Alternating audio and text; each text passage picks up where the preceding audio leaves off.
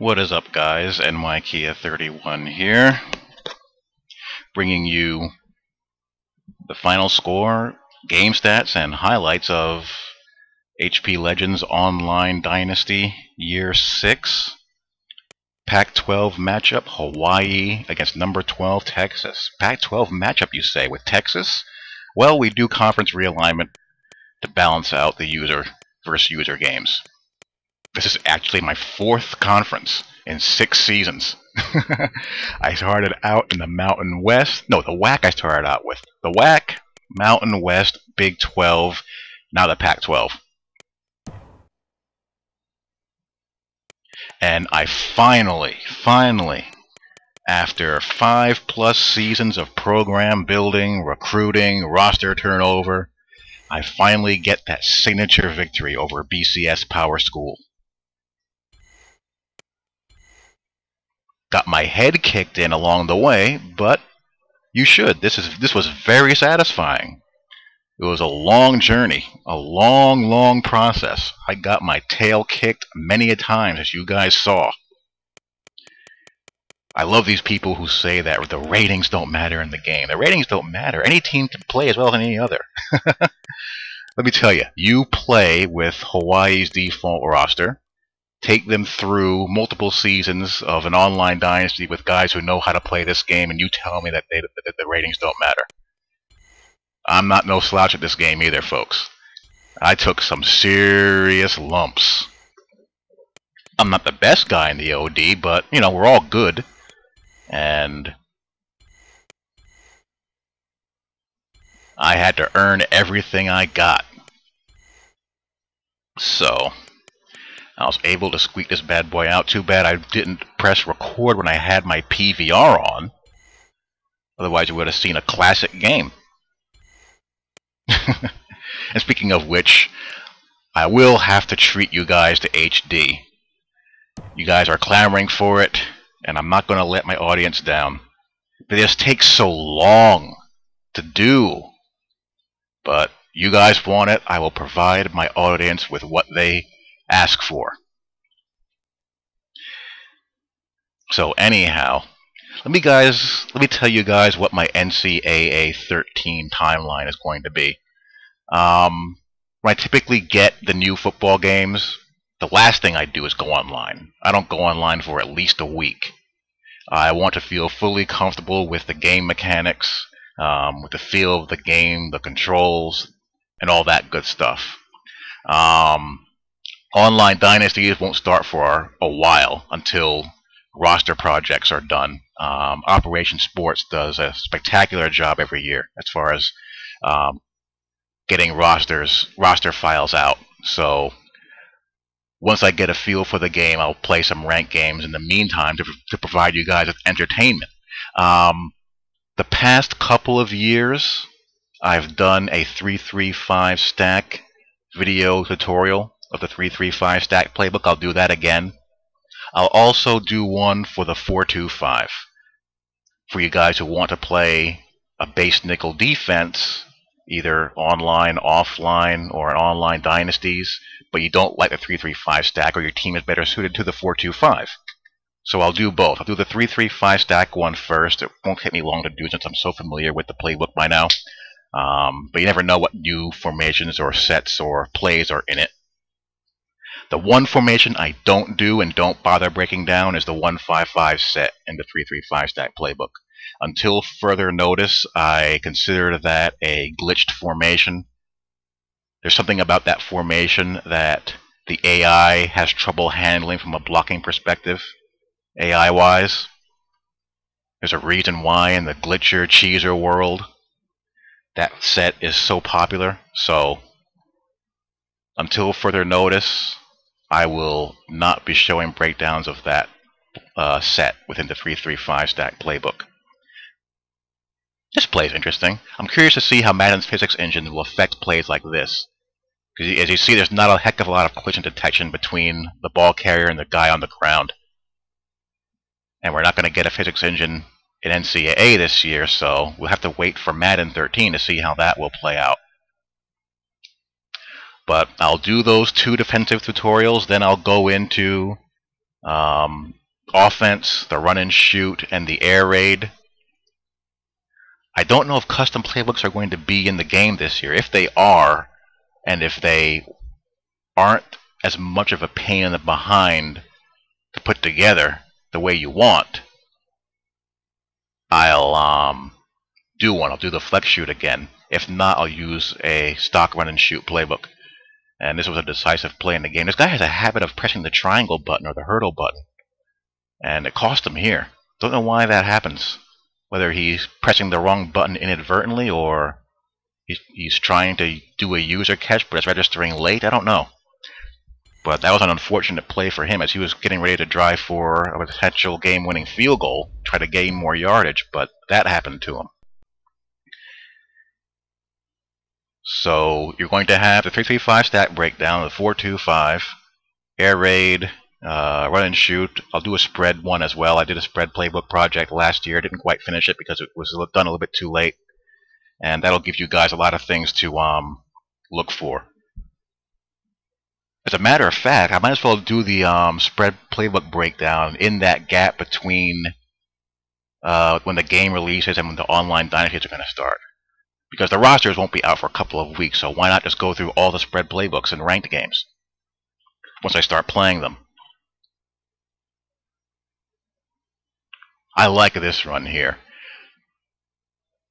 One thing to point out about runs like this, I use the LS, the left stick. I don't use the sprint button. I use the auto sprint. On runs like this, the number one mistake people make is they jam the LS as hard as they can before that block sets. If you do that, you're going to run right by him and the pulling lineman is going to squat. What you need to do is just gently tether that LS. It's pressure sensitive, so the harder you press on it, the faster you're going to accelerate. It's just basic common sense. And once your block's set, then you can go all out and hit that crease. But I fumble here, and that ends a very good drive.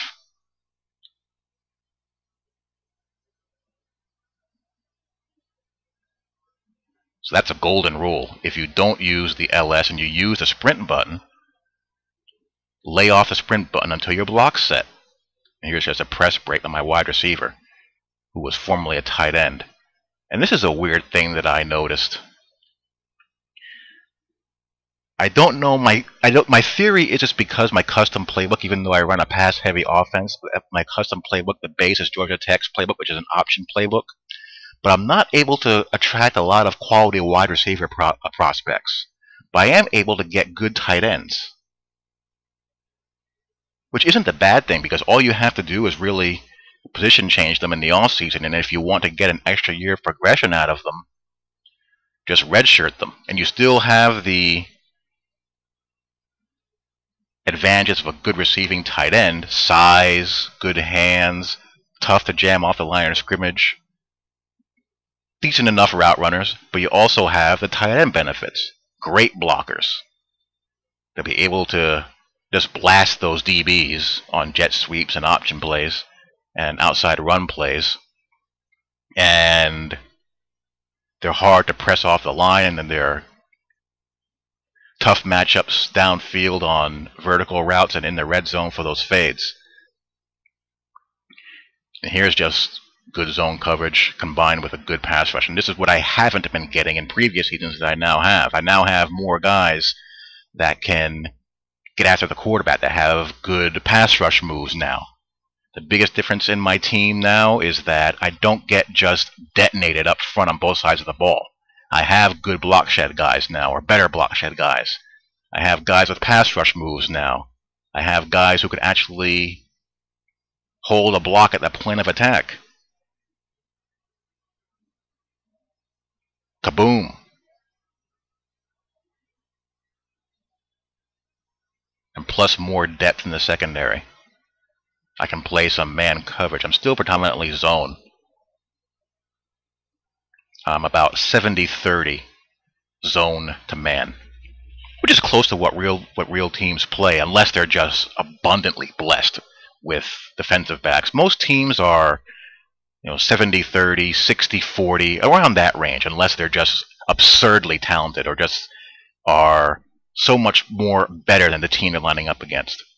And this is a rare occasion where I actually beat his all-star corner in man coverage. His corner has 99 man coverage rating, and you saw him jump a ball earlier. That was the 1 or 2 times I beat him in man coverage all game.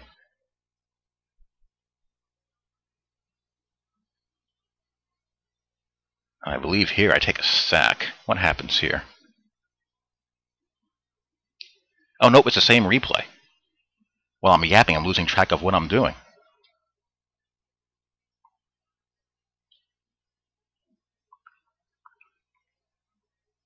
You know, he just got beat that time.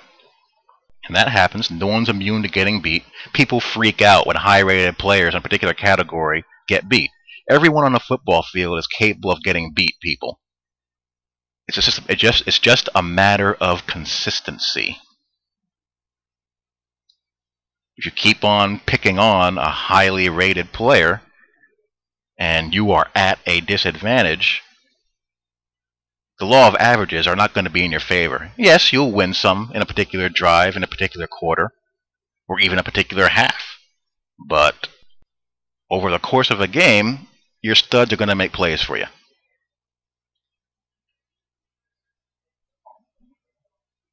Here I am. I'm using the free safety. The pass rusher doesn't quite get there. When I'm not controlling a pass rusher, I like to control a free safety. That's what I used to play in the real world in my playing days.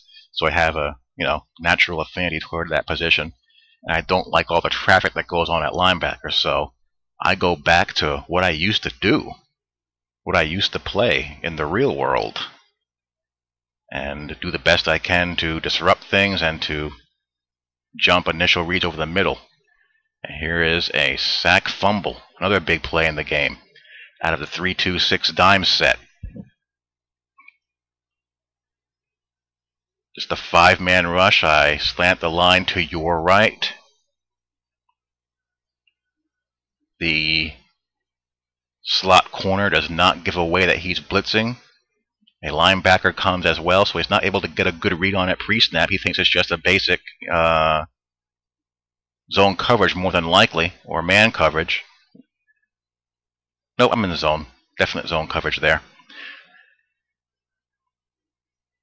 And more guys are coming on that side that are able to slide over to block.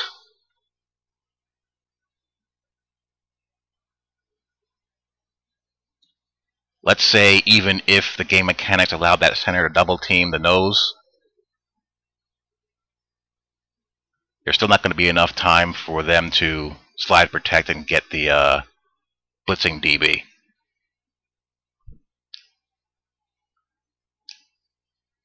So my D stepped up big time there. I had a big third quarter. He had a big fourth quarter that I had to hold him off in. This was a weird play. Look what the wide receiver does here. He could have just blocked the guy right in front of him, but he goes back and peels back to block an inside guy. I mean, my guard could have handled him. He could have just kept on blocking the guy that was right on him. That was odd. Just looked funky. Didn't like how that looked, even though the play worked. I mean, it would have worked just as well if, he blocked the corner and the guard blocked the guy inside. Probably would have worked better, actually. What can you do? The game is not perfect. And here's just a press break.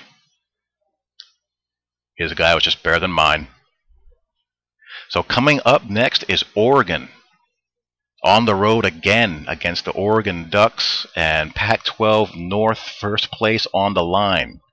The winner is in the driver's seat and controls their destiny as far as getting to the Pac-12 title game. Like the way my defensive end on the right bent his pass rush arc there.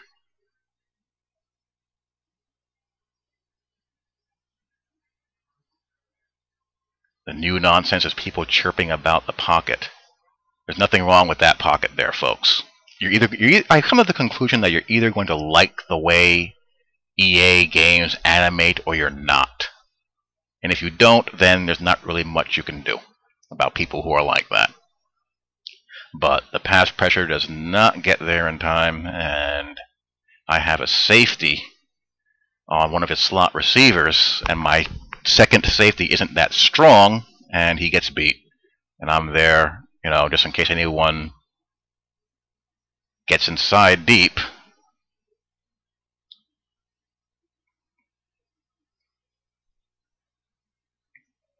And that is the result. So, hope you guys enjoyed.